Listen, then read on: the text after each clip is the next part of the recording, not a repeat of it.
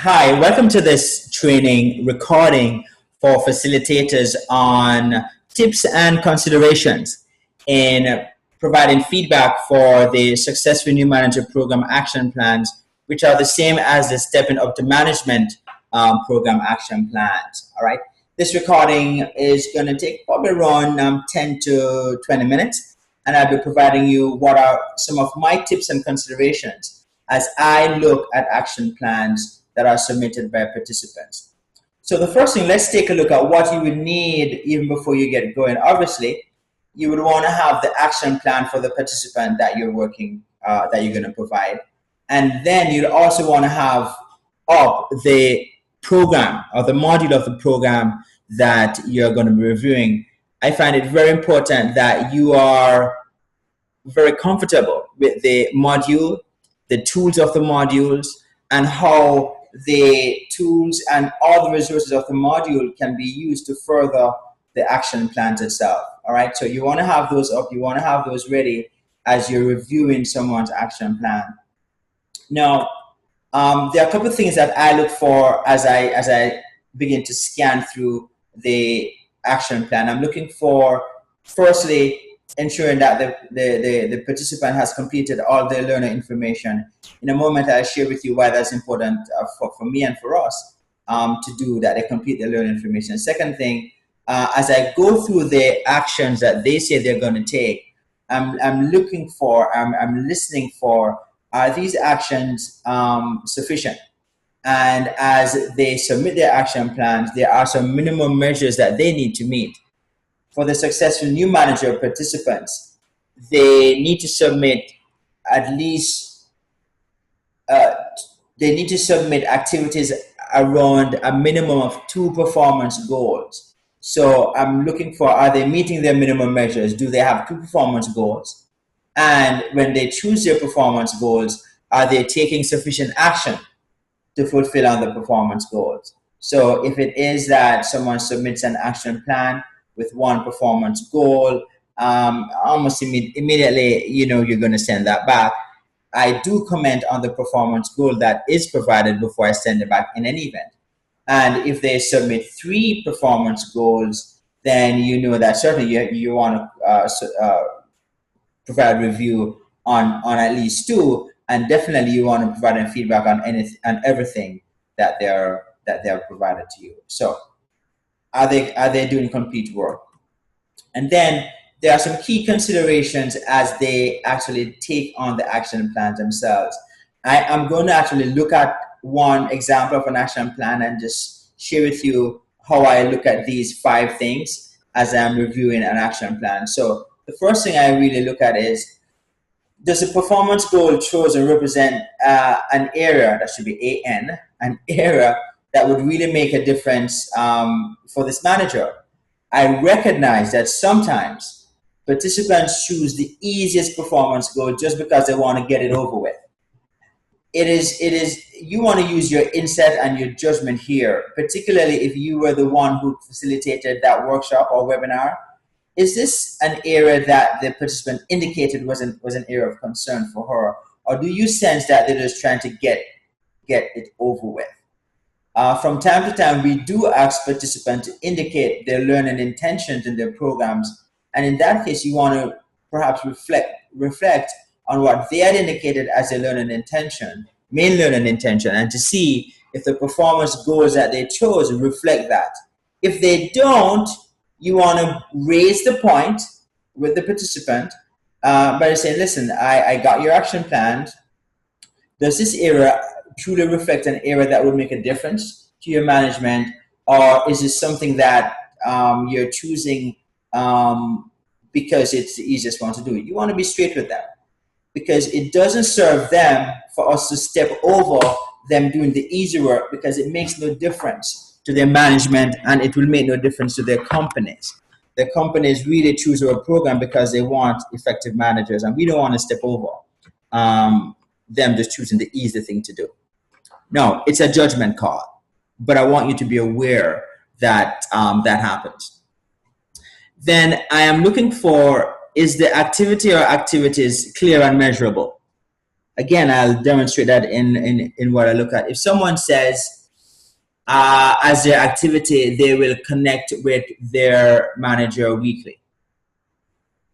Well, I don't know what that means really. Does connect mean they're going to be in a meeting?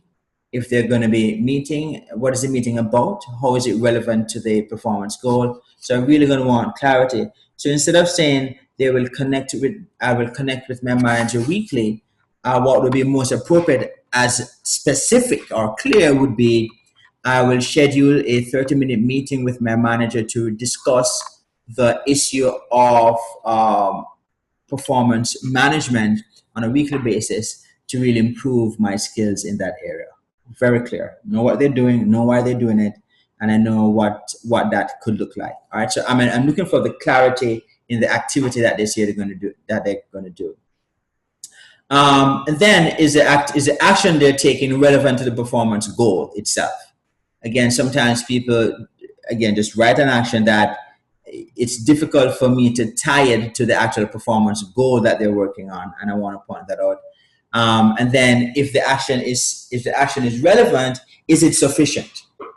Will the performance goal be met by taking these actions, or are more activities or actions required? All right. And then another thing that I look for is the action or activity something that they can develop as a practice? Because we recognize, and you would recognize, that management, great management, good management, bad management, really is a function of a set of practices. And when persons begin to develop and master different practices for different areas of their management, they're going to be effective. So whereas some of the action plans and performance goals may require one-off activities, as far as possible, we want to look to see if this is something that could be cultivated as a practice that could literally become a part of their armor and eventually will become just a natural way of how they do business. I encourage those practices and I point them out. And if I see that they could create those practices, I also point those out as well. So these are some of my key considerations. I'm going to just go into an action plan and just review it and just take a look at and share with you what I see as I'm looking through it. Again, it is important that you become familiar with the content as you are doing it for yourself. All right. Before I go there, there's just one last consideration, a couple of other things I want to point to. I'm going to look at the completion date and how that's relevant. The question of should I have them just proceed with their action plan, or should I just say, okay, you need to resubmit? And how do I treat with their reviews and the feedback they provide once they've completed the action plan?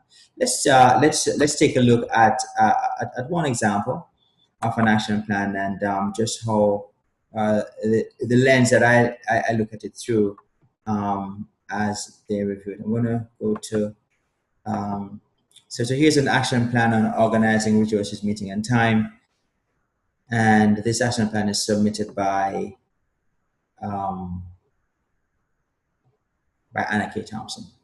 So the first thing I'm looking at is this learner information section. Is it complete? Why is it important that this be complete? Well, the area that is normally left incomplete is the end date, is actually the start date and the end date. It provides a couple of key things for us. One, it gives me a sense as to if they're taking sufficient action, if they have a start date and an end date that ends within a week. Based on what I know of these action plans, none of them will take a week to do. That means that they're going to be rushing this thing. And also I'm looking, are they spreading it out too far?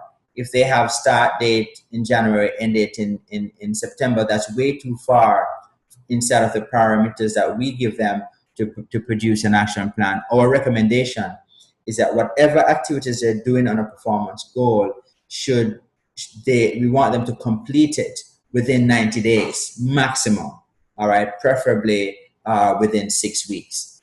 Even if it's a repetitive activity that they will do month after month after month for the purposes of our review, we want them to be complete within 90 days. The second reason why we want the action plan completion date in is that when the program coordinator is taking a look as to when they can expect their action plans. They're pulling up this date and noting it in the system that they have, as to when they can expect to receive their completed action plan from Anna Kay. Of course, they would have August 4th, and if by August 31st or August 15th they haven't received anything, then they'll be, sending emails or making communication to them and say, Anna Kay, you had suggested that your action plan will be completed by this. How is that going? Please resubmit the final thing. So this is important that it's completed fully. All right. Now, then I'm going to proceed to the action plan itself and the performance goal that they're chosen. So this person chose performance goal number 4, and the performance goal area says this person should employ effective strategies for determining weekly goal and time allocations. The person should employ effective strategies for determining weekly goal and time allocations. When I am then looking at the activities that they're going to do, I literally ask myself, does this activity demonstrate that they're employing effective strategies to determine weekly goals and time allocations? All right. Does this activity demonstrate that? Yes or no? All right. Does it demonstrate it? Yes or no? Is it? And then I get into, is it sufficient? Yes or no? Is the activity applicable? Obviously, yes or no. So let's take a look. Now, obviously, I would, as recommended by this performance goal, I would have reviewed the managing time foundation concept, as well as I would have reviewed the tool weekly goals and time allocations. Facilitators, you would hear me say that actually the best way for a participant to ensure that they're covering the ground is if they leverage the tools in articulating their actions. All right, so let's take a look at what this person said. First thing that they're going to do is spend 50 minutes each Friday planning their weekly goals and time allocation for the following week and prioritizing these goals. Does that activity demonstrate that they're employing effective strategies to determine weekly goal and time allocation? Yes, it is a practice, a standard practice of managing time. And I can see that they're spending 50 minutes. Now, my question is 50 minutes sufficient? And in my experience, 50 minutes is not sufficient to plan weekly goals and time allocation for the next week. So that would be something that I would raise with them, all right? So the activity is sufficient, but the duration would be a flat for me. I would say, I suggest that you want to give yourself some more time to do this. The second thing that they say they're going to do is they're going to spend 10 minutes each Friday to determine which of their goals for the following week is they can reasonably expect to pursue given the time constraint and priorities. Now, I don't know how they're going to determine that, right? But that they're going to spend 10 minutes to determine which of their goals can be reasonably pursued is obviously a way. Obviously, they're being deliberate in determining how they allocate their time on a weekly basis. What I would encourage this participant to do is to use the weekly goals and time allocation sheet to determine what they want to take on for each of the major goals that they're working on. All right. And if they if they said to me, or if they articulated here that they're using the tool, then I would be confident, because I know what the tool is. I'd be confident that they're applying strategies for accurately determining the weekly goal and time allocation activities. For this participant, I would say activity number 1 is good. I would recommend more clarity on activity number 2, and I would suggest that they incorporate the tool weekly goals allocation to execute on what they want to do here in step 2. So those will be my general comments. And then I'm saying, is this sufficient? Is this a practice that they can develop that will become a part of how they do it? And I want to point those out as well. Definitely they can develop a practice of 30 minutes each Friday doing this, or 10 minutes each Friday really looking at the weekly goal and time allocation sheets and what they're going to do that. And I would encourage them to do that. Now, so that's the first thing I see here. Then I'm looking at the target date for item completion. yes, this activity may be ongoing. It may be something that they do for years, but ongoing is not a date. And I would say to this person, um, though you're doing this activity weekly, declare or state clearly the date that you will stop to assess how this activity has impacted you and your management, how this activity has allowed you to be effective in employing strategy to determine weekly goals. So the person could have done weekly for review on the week ending August 23rd, 2014. We need a date as to when it's going to be complete, because you're going to, not necessarily you, the facilitator, but the program coordinator is looking at this to say when to expect these persons to be complete. Ongoing is simply not a date. We need a date here. So that would be my feedback on this. And if I go back to the 4 or 5 questions that I'm asking is, well, is it sufficient? Is it relevant? Is it clear? Are they using the tools is also one of the questions I'm asking, because I know that the tools allow them to really build on and exercise the concepts in a way that nothing else does. Let's take a look at finally at the next performance area. So for this, so the question is, would I suggest that they proceed with this, or would I say, okay, resubmit? I would suggest to them in my feedback, proceed with this, and I would indicate here for number 2 to use the weekly goals tools, and when they're submitting their final report, to submit a few examples of how they use that tool to reasonably allocate how they apportion their time amongst their major goals. So that would be my recommendation. Proceed and include this. For the next performance area here, she said that, which is to use effective methods to control and monitor the use of time. She's gonna schedule 2 hours each morning to work on her highest priority goals. She's gonna schedule 1 hour each day to deal with crisis, and she's gonna schedule half an hour in the afternoon to respond to emails. Are those effective methods to control and monitor the use of time? They actually are. I do recall that from the modules, right?